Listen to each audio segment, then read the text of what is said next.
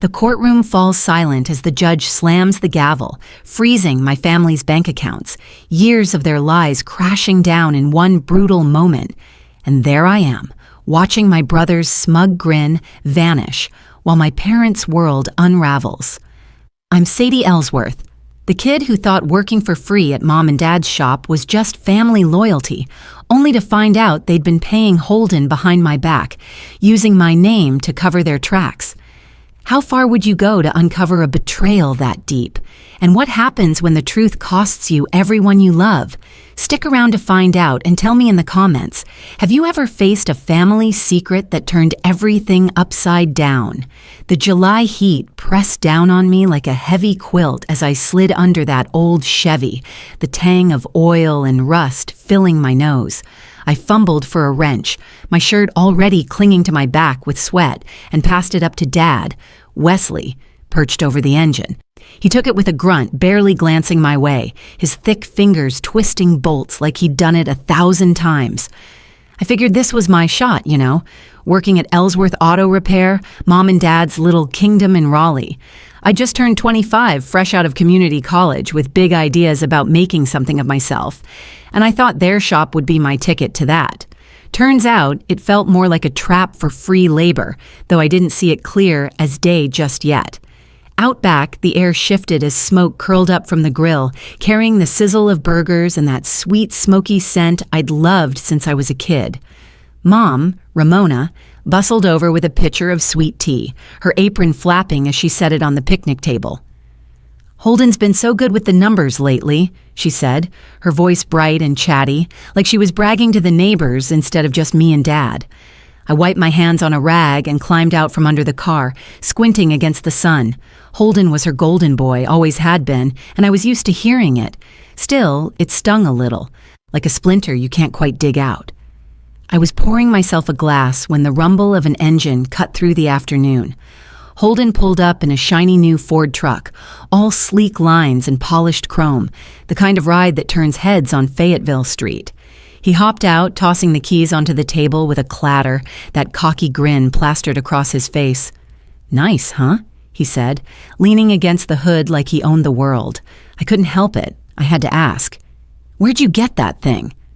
My tone was light, half joking, but my eyes were glued to that truck. "Mom and Dad hooked me up," he said, casual as you please, like it was nothing. My hand tightened around the tea glass, the cold biting into my palm, but I forced a laugh. "Lucky you," I muttered, sipping the drink to hide the twist in my gut. Lucky him indeed. The afternoon wore on, and after the burgers were gone, grease still slick on my fingers, the family scattered.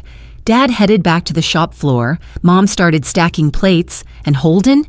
He grabbed his new keys and waved. "Got plans with some buddies," he called, already halfway to that truck. I watched him go, the engine roaring to life, and something heavy settled in my chest. The sun was dipping low, painting the sky orange, and I trudged into the shop's little office, a closet of a room with a flickering bulb and stacks of papers. Invoices needed balancing, and guess who got stuck with it? Me, of course. Unpaid, naturally. I sat there, pencil scratching against the ledger, tallying oil changes and tire swaps while the hum of Holden's truck faded into the distance. Mom poked her head in after a while, her hair frizzing in the humidity. "You're doing great, Sadie," she said, her voice all syrup and smiles, like she was soothing a kid with a scraped knee. She patted my shoulder, her hand light but firm. "Family doesn't need paychecks, We're all in this together." I nodded, my lips pressing into a thin line, but inside I wasn't so sure. Together? Sure didn't feel like it when Holden was cruising around in a truck I couldn't dream of affording. I kept my head down, flipping pages, the numbers blurring a little as my mind wandered. Life's funny that way. Sometimes the folks closest to you are the ones who leave you wondering where you fit. Hours later, I locked up the shop, the click of the deadbolt echoing in the quiet. Out front, my beat-up Honda sat under a streetlight, its dented fender catching the glow like a taunt. I slid into the driver's seat, the vinyl hot against my legs, and stared at the empty lot. Holden's taillights had long since vanished into the dusk, red dots swallowed by the night. That quiet sting hit me again, Not loud, not sharp, just a dull ache I couldn't shake. I turned the key, the engine sputtering to life, and drove home with the windows down, the warm air rushing past. Why does Holden get a truck while I'm left with grease stains and an empty bank account? It wasn't a question I could answer yet, but it stuck with me, buzzing in the back of my mind like a fly I couldn't swat away. The air had turned crisp by the time October rolled around, a welcome break from the sticky summer that lingered too long in Raleigh. I was hunched over a desk at Ellsworth Auto Repair, the glow of a computer screen casting shadows on stacks of paperwork I'd been wrestling with for hours. My Dunkin' coffee sat lukewarm in its cup, the taste flat against my tongue as I logged overtime. Again. Out the window, I could hear the faint hum of the NC State Fair, its music drifting in from miles away, a reminder of a world moving on while I was stuck here.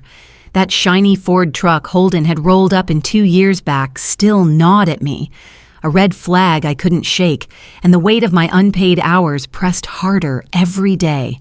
His new loft had a skyline view, he'd said. Mine had a ceiling leak I couldn't afford to patch. The shop door creaked open, and there he was, Holden, strolling in like he owned the place, his boots scuffing the concrete. "Hey, sis," he called, voice smug as ever. "You should see my new spot downtown, stainless steel, everything, top floor."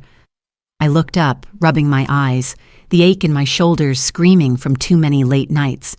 "How'd you swing that?" I asked, keeping it light, though curiosity tugged at me. He leaned against the counter, that carefree grin stretching wide. "Hard work pays off," he said, like it was the simplest thing in the world. I nodded, forcing a smile, but my fingers tapped the desk a little too fast. Hard work? I'd been busting my tail here for years, and all I had to show for it was a damp spot over my bed. Later that evening, I drove out to Mom and Dad's place on the edge of town, the familiar gravel crunching under my tires. The house smelled of meatloaf steaming on the table, a comfort I used to love, but tonight it felt heavy, like it might sit wrong. Mom, Ramona, breezed around the kitchen, her apron tied tight, chatting about the fair's livestock show like it was the highlight of her week. Dad, Wesley, sat at the head of the table, stern as always, his eyes fixed on his plate. I picked at my food, the fork scraping ceramic, and finally worked up the nerve to speak. "I've been pulling long hours at the shop," I said, glancing between them. "Feels like I'm there more than I'm home." Wesley didn't look up, just cut into his meatloaf. "You're learning the trade, Sadie. That's payment enough." His voice was low, final. Holden chuckled beside me, his fork clinking against his plate. "Cash isn't everything, sis," he said, winking like we were in on some joke.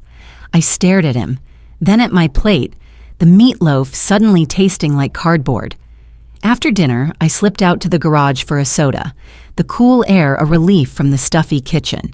The fridge hummed as I popped the tab, but a laugh from outside stopped me cold. Holden's laugh, loud and easy. I peeked through the cracked door and saw him pacing the driveway, phone pressed to his ear. "Yeah, big deposit from Mom and Dad just hit," he said, chuckling like it was a game. "Keeps the bills paid, you know."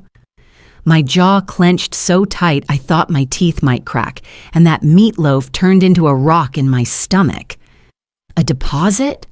For what? I'd been pouring my sweat into that shop for nothing, and here he was pocketing cash like it was his birthright. I eased the door shut, the soda can cold and slick in my hand, but it didn't cool the heat rising in my chest. Back inside, Mom was stacking dishes, her movements quick and tense, like she sensed something off. Dad had retreated to his recliner, the TV flickering with some late-night news.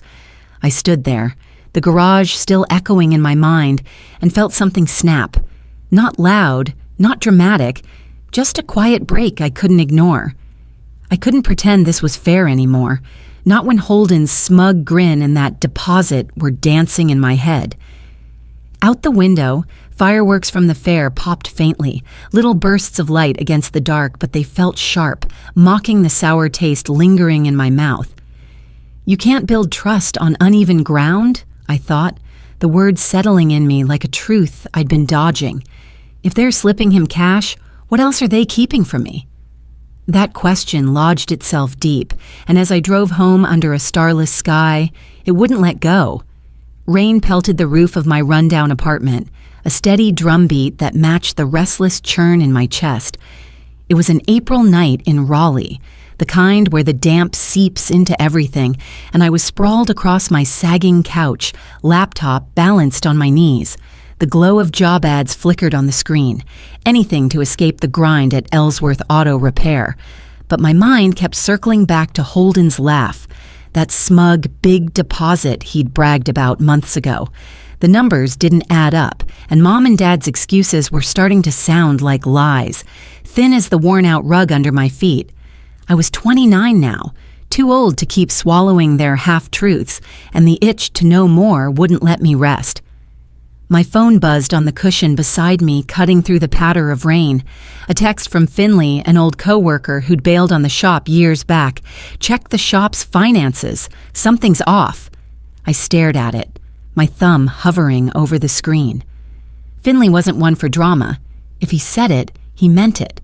Rain hammered harder, like it was daring me to move, and I hesitated only a moment before grabbing my keys. My sneakers squeaked on the wet floor as I headed out, the chill biting through my jacket. Friends had texted earlier about hitting a brewery, but I'd brushed them off. Finley's tip was a splinter I couldn't ignore. I climbed into my Honda, wipers swiping at the downpour, and pointed it toward the shop. Whatever was lurking in those books, I needed to see it for myself. The lot was dark when I pulled up, wet asphalt gleaming under streetlights, the shop a hulking shadow against the storm. I let myself in with my key, the familiar smell of oil and rubber greeting me as I flipped on a single bulb in the office. My password still worked, dusty, unchanged since I'd started, and the old system creaked to life. I scrolled through files, my breath shallow, until I hit a folder labeled payroll. There it was, payments under my name, thousands of dollars I'd never touched, dated back years, all funneled straight to Holden's account. My hands shook as I snapped screenshots, the glow of the screen searing the truth into my eyes. Line after line, a quiet betrayal laid bare. Money I'd earned, sweat I'd poured out, siphoned off like I didn't matter. I leaned back, the chair creaking under me, and let that sink in. They weren't just stiffing me, they were using me. Next day, the rain had eased to a drizzle, and I drove out to Mom and Dad's place, my stomach knotted tight. I'd rehearsed it in my head. Keep it casual. Don't tip my hand. But my pulse raced anyway. Mom, Ramona, was in the kitchen, wiping down the counter, her movements quick and jittery when I walked in. Dad, Wesley, sat in the living room, a beer bottle in hand, the TV muttering some sports recap. I leaned against the doorway, forcing a smile. "Hey, I was poking around the shop files," I said, easy as I could. "What's with these payments in my name?" Ramona's eyes darted away, her fingers twisting a dish towel into knots. "Family helps family, Sadie," she muttered, voice thin, like she was reciting a line she didn't believe. Wesley's grip tightened on his bottle, knuckles whitening, but he didn't say a word, just stared at the screen like I wasn't there. The air felt thick, their silence louder than any excuse. I stood there, watching them dodge me, and it hit like a brick to the chest. Seeing my name on those transactions wasn't just about the money. It was proof I'd been their cover, a ghost in their scheme to pad Holden's pockets. My throat burned, but I swallowed it down, nodding like I'd bought their story. "Sure," I said, turning for the door, my voice steady even as my hands balled into fists. I climbed back into my car, rain streaking the windshield, and sat there a minute, the screenshots burning a hole in my phone. Sometimes the folks you trust most are the ones hiding the sharpest knives, I thought, a bitter truth settling in my bones. They've been stealing from me, and I've got everything I need to make them pay. As I drove home, the wet streets reflecting taillights ahead, that resolve hardened, a quiet fire I wasn't about to let flicker out. July in Raleigh wrapped around me like a damp towel, the kind of humid morning where even breathing felt like work. I sat at my kitchen table, the chipped edge digging into my elbow, and stared at the laptop screen, those screenshots from the shop's files glowing back at me. I'd walked out of Ellsworth Auto Repair for the last time a week ago. My key left on the desk like a goodbye note, but I wasn't letting them off the hook that easy. At 30, I'd had enough of their games. Those payments under my name, funneled to Holden, were my ammo now, and I was done playing nice. Thunder grumbled low in the distance as I hit send, emailing the evidence to Nora, my old college friend turned lawyer. The coffee in my mug steamed, its sharp scent cutting through the haze in my head. My phone rang minutes later, Nora's voice crisp and steady on the line. "Sadie, this is fraud. We've got a solid case here," she said, no hesitation, like she'd been waiting for a fight like this. I exhaled, a knot loosening in my chest, and agreed to meet her downtown. Her office was a sleek contrast to my cluttered apartment. Polished wood, glass walls, the hum of air conditioning, drowning out the storm brewing outside. Asher, her accountant buddy, was already there when I arrived, sipping a craft coffee from some local joint, his brow furrowed over the files I'd sent. "Embezzlement? No question," he said, nodding grimly as he traced the numbers. Thousands I'd never seen, all siphoned off to Holden's account. I leaned against the desk, arms crossed, feeling a fire spark inside me. "Let's take them down," I said, and Nora's sharp smile told me she was all in. The truth was close enough to taste now, and I wasn't backing off. By afternoon, I found myself pulling into Mom and Dad's driveway, the gravel crunching under my tires like a warning. I needed to see their faces, to drop the bomb and watch the fallout. Inside, the kitchen smelled of lemon cleaner, Mom, Ramona, scrubbing the counter like it could erase what was coming. Dad, Wesley, lounged in his recliner, a baseball game droning on the TV. I leaned against the counter, casual as I could muster, and let it slip. "Found some payments in my name at the shop," I said, voice even. Funny how I never saw a cent of it. Ramona's hands froze, the napkin she'd been holding twisting into knots, her stammer quick and flustered. "We're just helping Holden out," she said, eyes darting to the floor. Wesley's jaw tightened, his gaze boring into me like I'd crossed a line he hadn't drawn yet. Holden, slouched by the fridge, sneered, "You're making a big deal out of nothing, Sadie." I held his stare, my pulse hammering, and smiled, just a little. "We'll see about that," I said, turning for the door, their shaky excuses from last time ringing hollow in my ears. That night, I met Finley at a brewery downtown, the wooden tables scratched and warm under the soft hum of chatter. Thunder rolled outside, a low growl that matched the storm I'd stirred up. Finley slid into the booth across from me, his steady presence a lifeline after the day I'd had. "I saw their tricks when I worked there," he said, leaning in, his voice blunt but kind. "You're right to fight this. Don't let them guilt you out of it." I clinked my beer bottle against his, the bitter edge of the brew sharp on my tongue, and felt the weight lift, just a notch. Nora had filed the lawsuit that afternoon, papers stamped and official, and for the first time in years, I wasn't carrying their load alone. Folks can hide behind family all they want, I thought, swirling the bottle, but truth has a way of breaking through. Facing them head-on had flipped the power.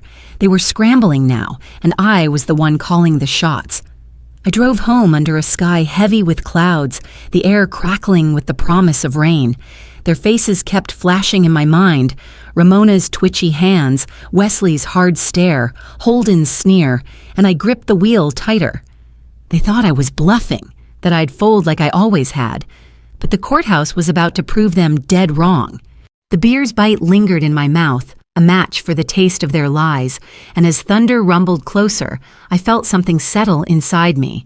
This wasn't just about money, it was about standing up, about drawing a line they couldn't cross anymore. My phone buzzed with a text from Nora. "It's done. See you in court." I parked, rain starting to speckle the windshield, and let that sink in. The fight was on, and I was ready. October had crept in with a chill that cut through Raleigh, and I stood in the courthouse that afternoon, hands stuffed in my jacket pockets, watching it all come undone. The lawsuit didn't just shake them, it smashed their whole world to pieces, and I could feel the weight of it pressing down on me, steady but draining. Nora stood beside me, her sharp eyes glinting with focus as she laid out the evidence. Years of fake payments, my name plastered across them, all funneled straight to Holden's account. The judge's gavel came down like a thunderclap, freezing the shop's accounts, and across the room I saw Holden's smirk melt into a scowl, his hands clenching the bench. Asher sat quietly behind us, his calm nod telling me the numbers were airtight. I'd faced them head-on last time, and now the collapse I'd seen coming was here, unraveling faster than I'd imagined. By evening, the news had broken like a dam bursting. I slid into a booth at a diner downtown, the vinyl squeaking under me, and scrolled the headlines on my phone. Ellsworth Auto Repair faces fraud charges. My tea sat untouched, cooling in its chipped mug as I read, clients pulling out, locals whispering about that shady shop over their coffee. The NC State Fair was in full swing a few miles away, its lights flickering faintly through the window, but the buzz felt distant, drowned out by the murmur of the diner crowd. "Heard they've been skimming for years," an old guy muttered at the counter, shaking his head. I kept my eyes on the screen, my thumb hovering over a text from Nora. "We've got them. Accounts locked." Their little empire was crumbling brick by brick, and I'd lit the fuse. Part of me felt steady, like I'd finally stood my ground, but another part just felt hollow, worn thin by the fight. The knock came late, sharp and frantic against my apartment door. I opened it to find Mom, Ramona, standing there, her face streaked with tears, hair frizzing in the damp air. "Sadie, please," she said, her voice cracking as she banged a fist lightly on the frame. "Drop this. We're still family." Her eyes were wide, desperate, hands trembling as she clutched her coat. I stepped back, arms crossed, and let her words hang there, heavy as the cluttered house she'd left behind. "You should have thought of that before," I said, quiet but firm, my throat tight. She stared at me, then turned away, shoulders shaking as she shuffled back to her car. The phone rang an hour later. Dad, Wesley, his voice barking through the line like a cornered dog. "You're killing us over nothing," he roared, the fury cracking through his usual stoic wall. I held the phone away, his shouts muffled until he hung up. Then a text from Holden buzzed in. "You're trash now. Hope you're happy." I set the phone down, staring at the screen, their begging turning to blame in a heartbeat. The shop was locked down now, its accounts iced over, and they were cornered, flailing, clawing at me like I'd torched their lives on a whim. I sank onto my couch, the springs groaning under me, and ran a hand through my hair. They'd built their world on my back, and now that it was crashing down, I was the bad guy in their eyes. Out the window, the fair's lights twinkled, a cruel glow against the mess they'd made, and I couldn't help but wonder how it had come to this. Family's supposed to lift you up, not bury you under their mistakes, I thought, the words settling like dust in my mind. They'd turned on me, each one. Ramona's tears, Wesley's rage, Holden's venom, and it stung, sharp and deep, even as I knew I'd done what I had to. The diner chatter echoed in my head, the headlines flashing, and I leaned back, steady but drained, the fight leaving me hollowed out. I stood and crossed to the window, pressing my forehead against the cool glass. The fair lights danced in the distance, a faint promise of something brighter. But all I could see was their empire in ruins, shop shuttered, accounts gone, their voices ringing with blame. They're losing everything, I thought, watching a car's headlights sweep the street below.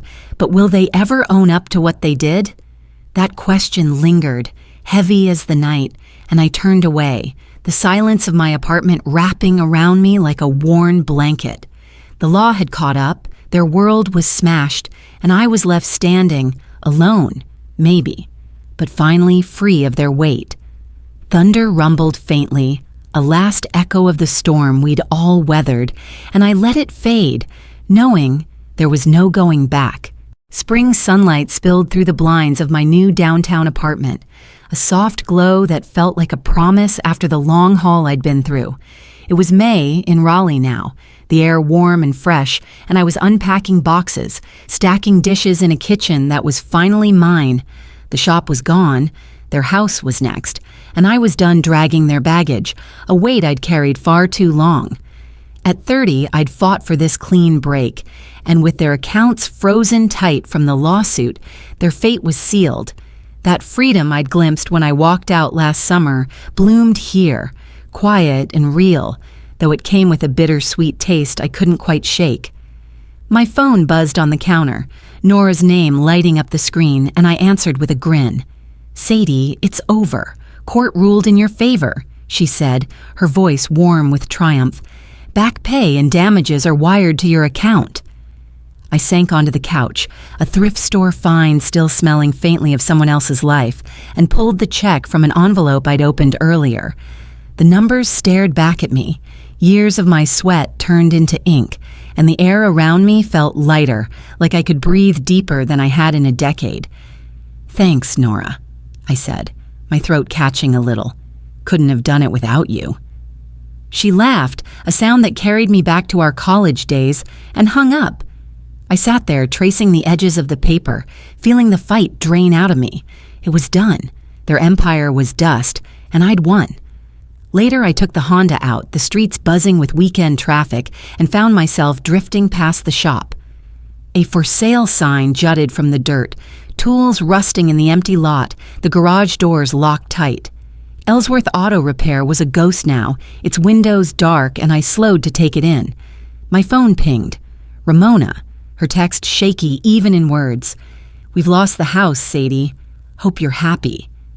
I stared at it, her desperation cutting through the screen, but my fingers stayed still. No reply came to mind. What was there to say? I'd seen her tears, heard Dad's rage, felt Holden's venom, and none of it changed the truth. I kept driving, the sign fading in my rear view, a chapter closed with no turning back. They'd built their lives on my silence, and now that I'd spoken, the rubble was theirs to sift through. By afternoon, I was at Umstead Park, the smell of BBQ wafting through the trees, birds chirping over the hum of traffic. Friends had dragged me out, folks I'd ignored too long while buried in the fight, and they passed me a plate of ribs and a cold beer, their laughter slicing through the breeze. I leaned against a picnic table, the sauce sticking to my fingers, and let myself relax, the tension easing out of my shoulders. Kids chased each other across the grass, their shouts bright and careless, and I smiled, a real one this time. Then my phone rang, the screen flashing Mom's name, Ramona again. I answered, hesitant, and her voice came through, a broken whisper. "We're sorry, Sadie. Come back, please," she said, the words trembling like she'd rehearsed them. I stood there, beer bottle cool against my palm, and felt that tiny ache twist inside me. "I can't," I said softly, then hung up, the line going dead as I watched those kids run. Hanging up cut the final thread, a snap I felt more than heard, and I was free, even if that ache lingered, faint but stubborn. They'd turned on me when the walls fell, and now they were gone. Holden silent, Wesley distant, Ramona pleading into the void. I set the phone down, took a sip of beer, and let the park's noise wash over me. You can't carry folks who won't carry themselves, I thought, the words settling like a quiet truth I'd earned. They're out of my life for good, but was it worth losing them to find myself? I didn't have an answer, not yet, and maybe I never would.